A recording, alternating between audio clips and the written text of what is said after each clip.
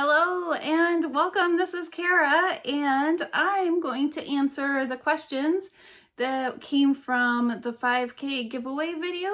There are lots of questions. Oh my goodness, I tried organizing them. So I just have the questions here. The video suggestions and other ideas are different. So this is just the questions. Some of them are the same or similar, so I'll try and kind of group those together. But how about, get a drink, a cup of tea, cup of hot chocolate, coffee, water,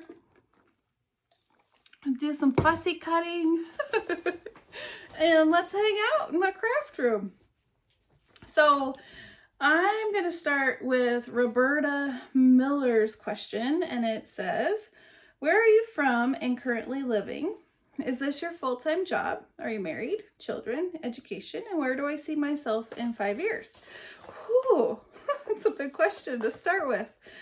I live in Arizona, Phoenix area. It's called Litchfield Park, a little area outside of Phoenix because Phoenix is huge. And I basically have lived here, not this part of town, but I've lived here all my life for the most part. We moved here when I was 3, and while our home was being built, we actually lived with my grandparents in Sun City, which is a retirement community. And then once our house was built, we moved.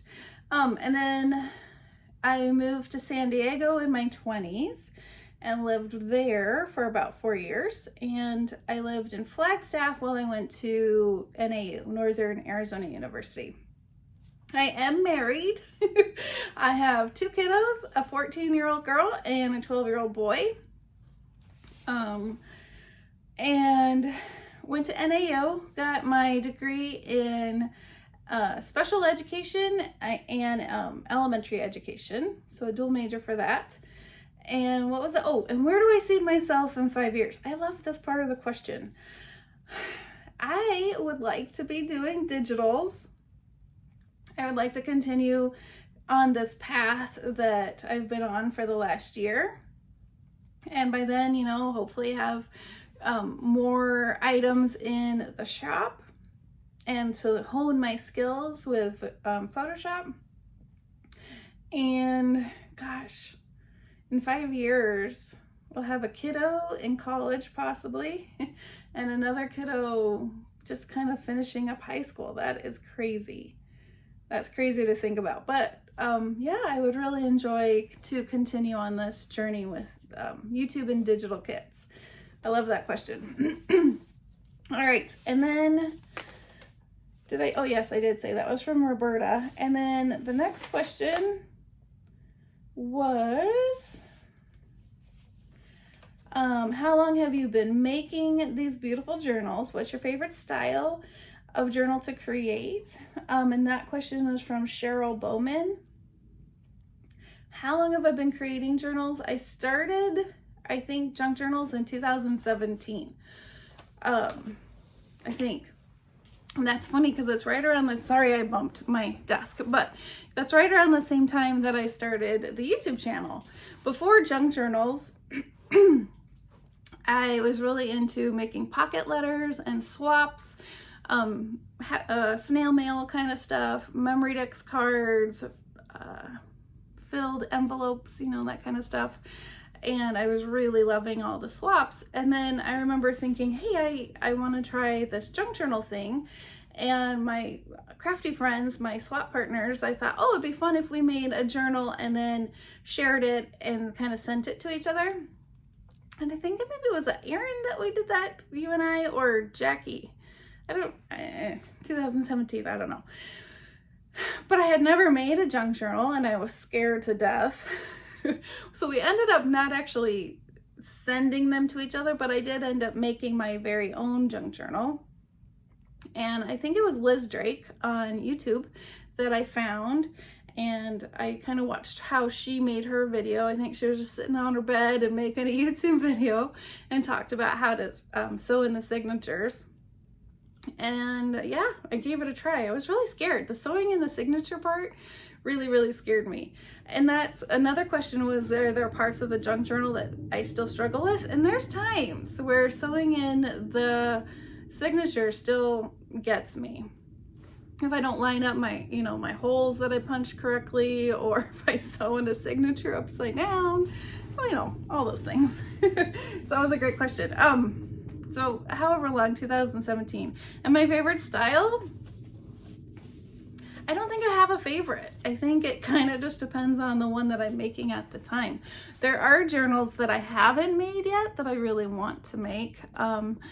And it's funny because in the suggestions for different kinds of kits, steampunk is one. I think that'd be cool. And a sewing one. So I really, really want to do both. Oh, but I guess I kind of really like the rainbow. The rainbow ones, I think that was a really fun theme. And I think that's one of my favorites. All right, next one from Joan Orloff. Is it going better than you thought or hoped for with your new adventure? I like this question too. It is. It really is. It's been a really crazy year. Last year, let me kind of back up. So last year, dear Julie on her channel did a little like end of the year recap and your goals for the future. And I kind of did that. And I can't wait to look to see what I wrote for my goals for the Etsy shop. I haven't done that yet. I'm kind of waiting until a little closer to December. But I think hopefully I'll be happily surprised to see what I wrote and where I am. It's been really fun. It's been a lot of learning and trials and mess ups and, you know, a lot of YouTubing, trying to figure out answers, but I've really enjoyed it. And Jacqueline Addict Crafts asked, what do you do with all your scraps? I have a big scrap bucket, and that is one area I want to keep working on. I really loved Cori Dahmen, I'm not sure how you pronounce her name, but her video series about scraps, so if you haven't checked it out, really good. A lot of ideas, and I want to keep kind of building on those and then try and come up with my own so I can share with you guys. Excuse me, my goodness. Pinky Noble asked if I could ever travel to a different country and just shop for junk journal supplies, where would it be? And the first place that pops in my mind is England. I don't know why, but my husband teases me that I have kind of an obsession. I love all things English as far as like programs on TV like Downton Abbey and all the like period history kind of dramas. So I think it'd be really fun to go to England just to go, as well as to collect things. Because I mean, the US, we have stuff, but it's mostly back east and it's only a few hundred years old. If you go to England, it's a lot older. So I think that would be really fun to go somewhere where there's, you know, old stuff. All right, let's see. My camera setup, I can do a separate thing on that. I do use the Acron holder for my phone. I use my phone. My husband bought me a microphone. I recorded this already once, and I think it was my microphone that messed me up because I started going to edit, and then about a minute in, I was in slow motion. And then at the very end, I was at regular speed. Well, that's not going to work. So I'm recording this again. And I think it was my microphone. So this time I'm not using a microphone, and I'm hoping that everything is at normal speed. So we will see. Oh, and she had also like a hummingbird kit. I tossed some hummingbirds in, I think it was the cactus one, the succulent one.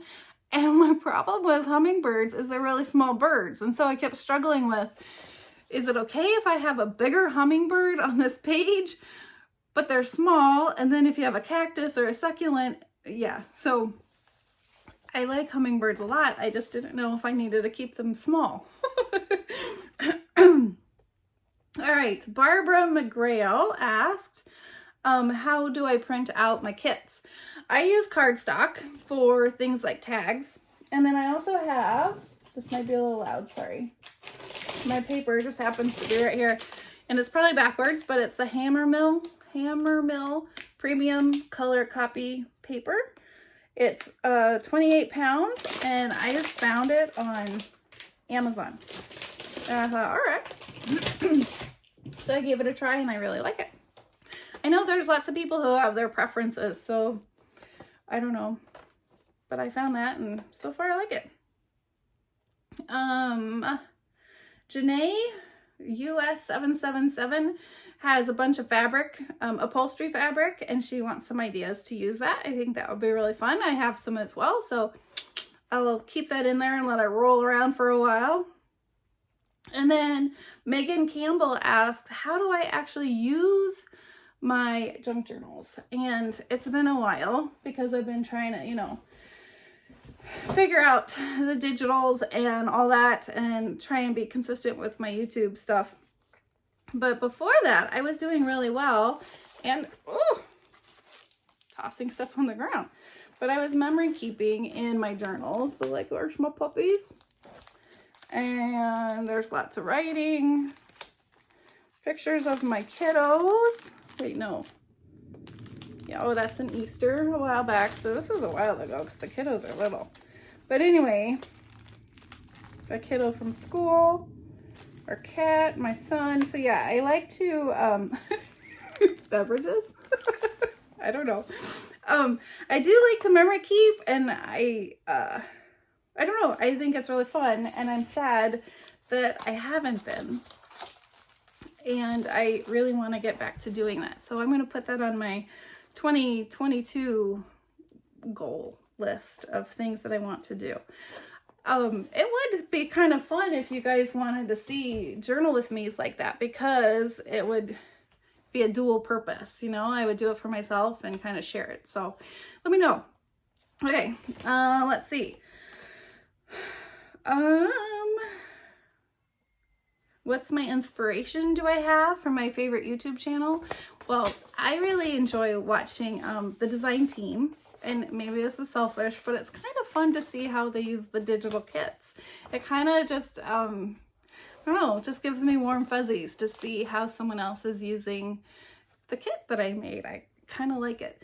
You can find the design team, like all of them at the bottom, like towards the bottom, listed in my channel. But it's Ebony Wynglass, Debbie when she's feeling better, Handmade by Gardina, Lynda Verrill, Marcy Davis, Mud Hut 2880, Papercraft D, who is Denise, Positive Thinking, Sharon Kinsley, Wet Genre and Scraps, and Wendy Townsend. So that's kind of fun. And then other than like junk journal stuff, I really, really like Dina Wakely. She is one that has really inspired like the mixed media stuff, and I love her drawing faces class because I've never been able to draw. My daughter, my husband, my mother-in-law, they all have that gift. They are amazing. Me, I can draw a stick figure. So Dina Wakely's classes have been really cool. There's a draw birds one that she has, and the faces I highly recommend. So, and I just am really inspired by her. Tim Holtz, I love Tim Holtz. To go with Tim Holtz, another gal that I really love is one of his designer peoples. Her name is Suzy, and it's Suzy Shabby Soul on YouTube, and she makes really cool things using his stuff. I actually want to do that in December, is make one of like a Suzy style journal. I love ArtyMaze, and I mentioned Cori. Scrapbooking with me. I don't know how she comes up with ideas every day like she does. Incredible. Tracie Fox. Tatty Treasures is the one that inspired this kind of chat with you video. 1134 Press. If you want to see someone who knows how to edit a video, go check out her videos. She has amazing ideas, plus her editing is incredible.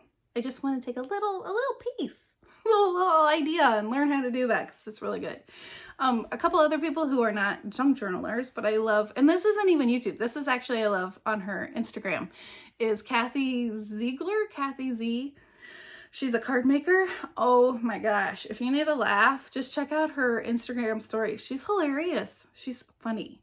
Mixed media, I like Amber K Creative. And then for watching with the family, we love WheezyWaiter. Oh my goodness. He's a crack up. He has videos where he does a challenge for like 30 days or whatever, or walk 10,000 steps challenge, or not eat sugar, don't drink coffee. And then sometimes he will bring his wife into it and then talk about it. It's great. And again, he's awesome at editing. He's a film guy, so he knows what he's doing. And then there's Jazza. I love Jazza. He is so talented and he's just doing really well. Just amazing. The guy can draw and sculpt and forget about it. He does it all. So anyway, that's kind of my little list. Really a long list, but so that was a good question. Sorry, I kind of rambled about that. All right. Glue. Cheryl Duncan asked about glue. I can't help you. I struggle too. I don't know if you've seen in my videos, but I get glue all over my fingers. My glue doesn't squirt out. I got nothing. If you find out, let me know, because glue and I tend not to be friends. Oh, and then someone, who was it? Cassie Reef asked, where do I get my images? And the Graphics Fairy is a big one. Graphics Fairy is actually what kind of sparked the digital kit journey. So one day I sat on Graphics Fairy, and they have tons of tutorials. So if you want a way to kind of learn how to do things, you can, and then you can even use a free version of Photoshop, which is Photoshop Elements, which is really handy. And so I was sitting on there, and I think it was a tag that I first started with a raven. I think I actually have that on my Etsy shop. And then the Song of Autumn kit were kind of where I started. But anyway, so I was on the Graphics Fairy, and I was doing a tutorial, and as I was doing the tutorial, I thought, I know how to do this. And the reason was, in my 20s, back to kind of when I went to San Diego, sorry, in my 20s, my job was, I was a trainer, and I taught Word and Excel and PowerPoint, and I would go to different businesses and I'd stand up and tell everyone how to right click and left click and all that good stuff. And my training manager said, hey, would you like to learn Photoshop and then teach that? I said, sure, why not? So what that means is you take the book that you will be teaching and read it and do the same things that the students in the class are going to do. Like 2 days before you have to teach it. So I was at home going through all of the different lessons. And then I go to teach the class. These are people who work in Photoshop, use it every day, are in the design realm, like that is their world. And here I am, 20-something years old, never used Photoshop in my life, except I learned from a book 2 days ago, and I'm supposed to teach. Whew, it was a little stressful. Needless to say, I learned a lot from the people in my class. And yeah, so in my 20s, I learned Photoshop and I taught it. But then life kind of went on, and I went back to teaching elementary school, special ed. And then towards the end, I was teaching special ed preschool. And so I didn't use Photoshop in my daily life. So anyway, so then I do the Graphics Fairy and I'm plugging along, and I thought, I remember how to do this. I taught this. I know this. And then that just kind of spiraled. And then I was like, oh, maybe I can make a page, like a collage page. And then maybe, and I made more and more. And then I ended up with Song of Autumn, the first kit. And I was so excited. I just kind of like went with it. And then once I was done with the kit, I thought, now what do? I don't know how to save it. I don't know how to make thumbnails. I don't know how to compress the files so people can unzip them. So then I was like, I had no idea. So I kind of went and learned how to do all those other things. And at first it took me forever to do those things. But I'm getting better. It's getting faster and I kind of have a system now. So that's really cool. But yeah, who knew that back in my 20s, working at that company teaching computers actually led me to now, which is really cool. And I was talking to someone recently and they asked, you know, do you miss teaching or do you wish you would go back to teaching? And teaching for me, I have enjoyed it and it was very fulfilling. For the most part, for most of the years. Some of it was really stressful. Like I never felt like I was a junior high special ed person. That's not my age group. I struggle with behaviors and all that kind of stuff. And then when I found preschool, I really felt like that was my spot. It's probably because you're getting messy all the time. You're playing with glue and paint and mixing colors and cutting and scissors, and you don't have to count that high. Like we counted to 10, sometimes 20. So that was kind of my thing. And I really, really enjoyed it. And I think for a lot of years, preschool is where I kind of had my creative outlet, making things for my classroom and different things that I could use in my classroom. And that was my creativity. Like that was where I would be excited. But then over time, there's only so much stuff you can put in your classroom and storage becomes a problem. So then I kind of stopped making stuff for my classroom and then I needed somewhere else to feed that creativity. And I think that's when I started doing the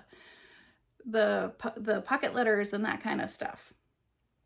And then 2019, my husband had a new job and it was really stressful. He's a programmer.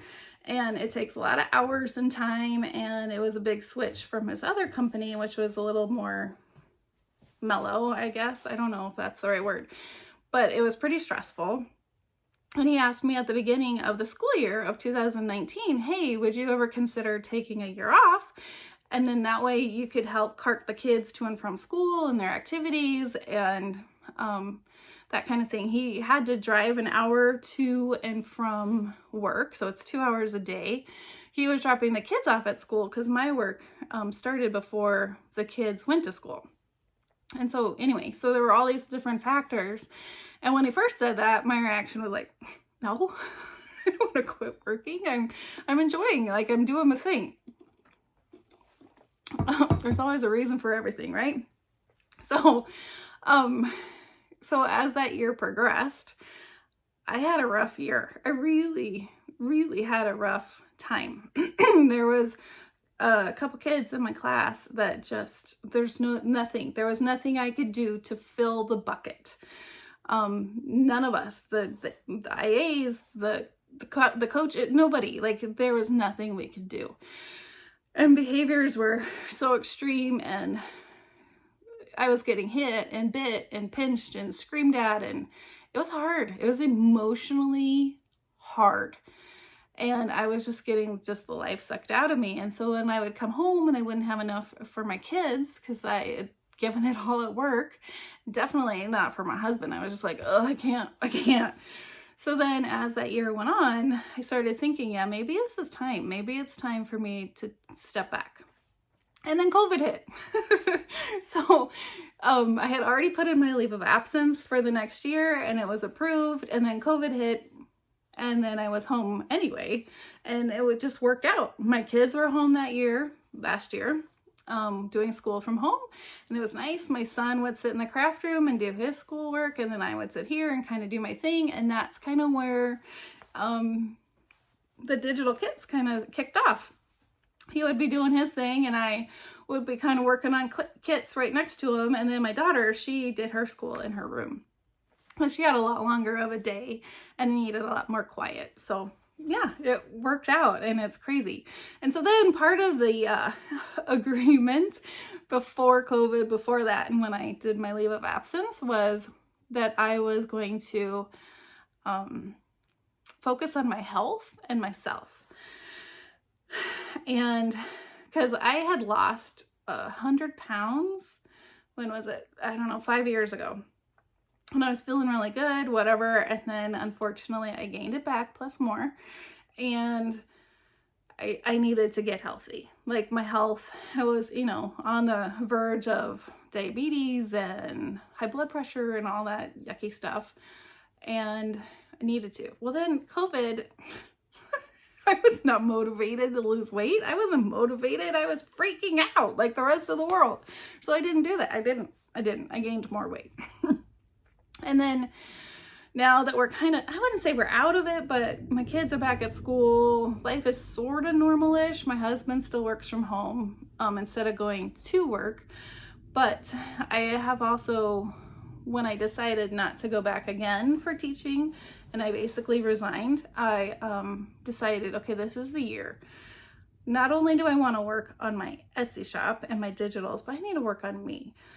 So I have been going, it's in the other side of town. So I drive once a week to the other side of town, and it's not a clinic, I don't know what you call it. Anyway, I have a weight loss coach, and there's a food program that I'm on, and my coach, you know, we weigh in, I do all my stuff, we kind of talk like what worked, what didn't, so on and so forth. I started it in end of July, and here we are, and I've lost 40 pounds, so that's good. I still have a long way to go, but that's pretty exciting. So that was also kind of the thing, is that I needed to get my health and my weight under control. So yes, the Etsy, but then also the health, and here I am. Moving forward, I really, really do want to continue my Etsy shop, and I hope that it is successful, and that I can contribute, you know, not just car rides. I don't want to just be the family bus, but like financially a little bit to the family to help ease some of, you know, the extra stuff that might come up. Anyway, wow, that was all that from one question. I don't even know I don't even know. Okay, so where are we? Someone asked, Dorothy Keatley asked if there's things that I do over and over, like techniques, and there are. I sometimes feel like I get in a rut and I need to change it up. Someone asked for a steampunk journal. I agree. I would like to do that. Jenny Ackermans asked if I would do collaging more. And I feel like I am not, I don't know. I feel like I bore people with my collaging. Plus I had a comment one time that was like, oh wow, you can glue paper down on another piece of paper. So I kind of edited out, I've edited a lot of my collaging out, but if you're interested, I'll give it another try and just hope that that person's not watching. Because I kind of was like, oh, well, yeah, that's what collaging is, but they didn't like how I was doing it. Karen Neighbors asked, how do I go about deciding on what papers to use for journals? I just did a video on that. That's one of my favorite parts. I love going through my craft room and pulling out the books and the different things and collecting my stuff. What else? My favorite craft project, I would say, I think it's this one. It's up there. I have a Halloween journal that I have put away, but that I really liked. And then I liked my rainbow. I like the rainbow kit and the journal, because in my mind, I really wanted a kit and a book that would go in rainbow order. I'm sure this is backwards to you, but I love that the kit has the red and then the orange, and it all flows in order. That kind of hurt my brain to figure out like what page things go on. But it was really fun, and I'm really happy with that one. Oh, and then Debbie Brown asked, what is my favorite crafting tool? I have 3. My Tim Holtz scissors are a must. Oh, maybe 4. I have 4. Tim Holtz scissors, my Crocodile, my Tim Holtz tiny attacher, and my sewing machine. So it's not 1, it's 4.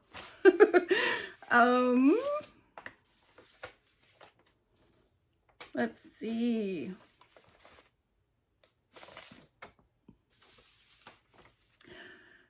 Oh, there was one other thing. I can't find it now, but there was something that someone asked about.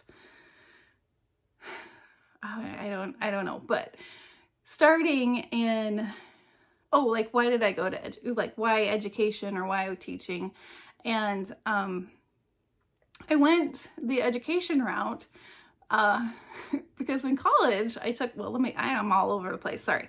So in college, I wasn't sure what I wanted to do for my major, and I took an art history class, and I fell in love. I'm like, this is my thing. I love history. I love art history. It just, I don't know. And all of the class is the teacher putting a slide and then talking about it. But they were talking about the color and the reasons why the artist used the color and the symbolism. Oh, all that stuff was so cool. And I was like, this is what I want to do. So I came home, told my parents, hey, I think I want to be an art history teacher. They were like, yeah, right. Where are you going to get a job doing that?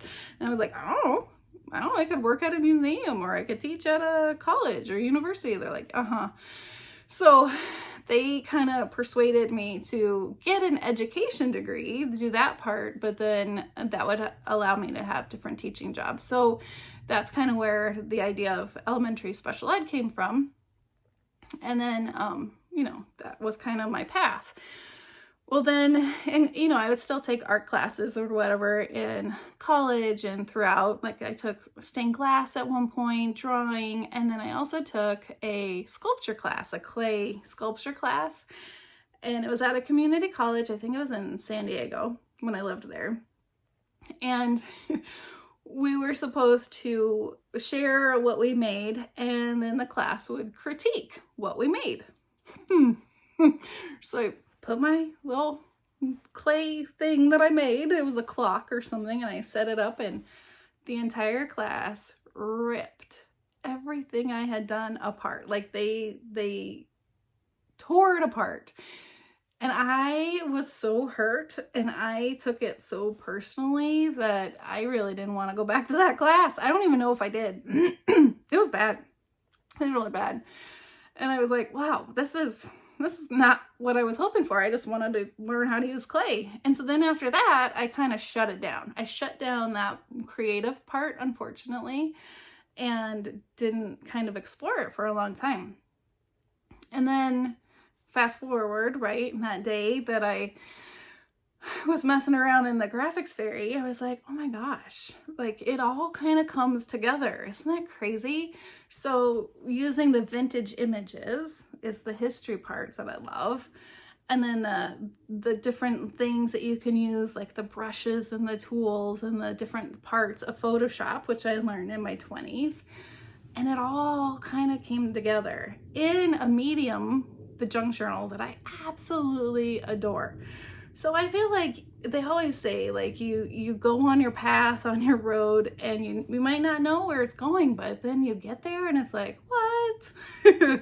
So this, I don't know, I really feel like this is something I really want to pursue and just enjoy the road and enjoy where it takes me, because I am loving it.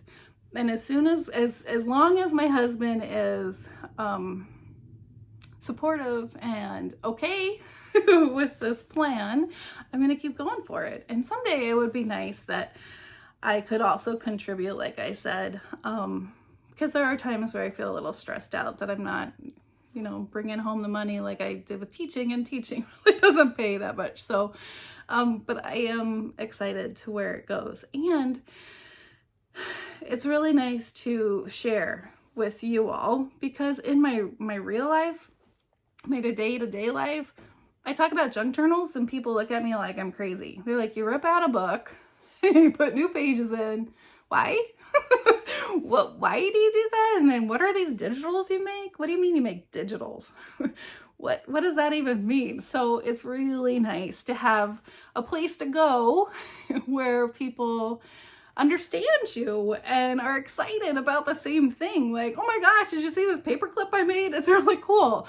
If I show my husband or my mom, they're like, great. That's really great.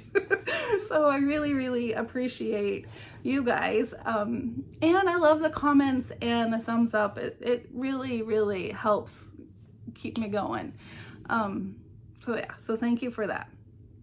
So I don't know. Should I keep going?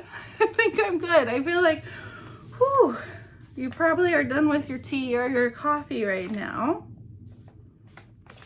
Oh. I just saw. So another thing, in January, a lot of the questions were, how do you organize your things and where do you put everything? In January, I'm working on some ideas to show you that, and then clean up the craft room and have a tour. So hold on, because that will be coming. I think, yep, organized, keeping organized. I think I talked about, yeah, how I got started in YouTube. I think pretty much, I think I'm good. One last thing I wanted to say. For all of you know, for whoever you watch on YouTube, wherever you go, it really does help that person if you like and comment and of course subscribe. You hear this all the time. But it wasn't until I took a class on trying to make my YouTube channel better. I have a long way to go. But it wasn't until I took the class that I understood why. So YouTube and their algorithm, if someone is,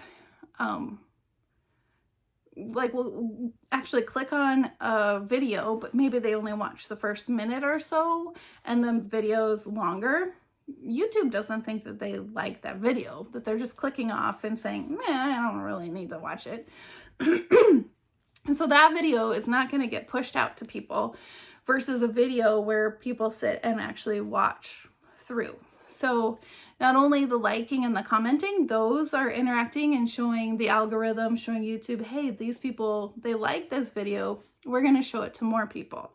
And the more that happens, then the more visibility the person and the videos get. If you're not liking and commenting, then YouTube and the algorithm think, well, people don't really like this video, so we're not going to push this person out to more people. So I guess my point is, if you are watching different junk journalers, different crafters, they love the fact that you are liking and commenting, because that is then able to help them grow, because YouTube will then kind of show them to more people and open more doors. So, but I don't usually talk about all this, but yeah, I just thought it would be kind of a good thing to mention. So yeah, like and comment on your people that you are following and watch if you can, or come back and finish it or whatever. And yeah, it really helps them out. Okay, that's enough about that. All right, well, it was really fun. I hope you hung out or with me. And yeah, I haven't really done one of these before, so this is good. Hopefully you've learned some stuff about this one. And I hope you have a wonderfully crafty day, and I'll see you in the next video. All right, thank you so much. Have a good one. Bye-bye.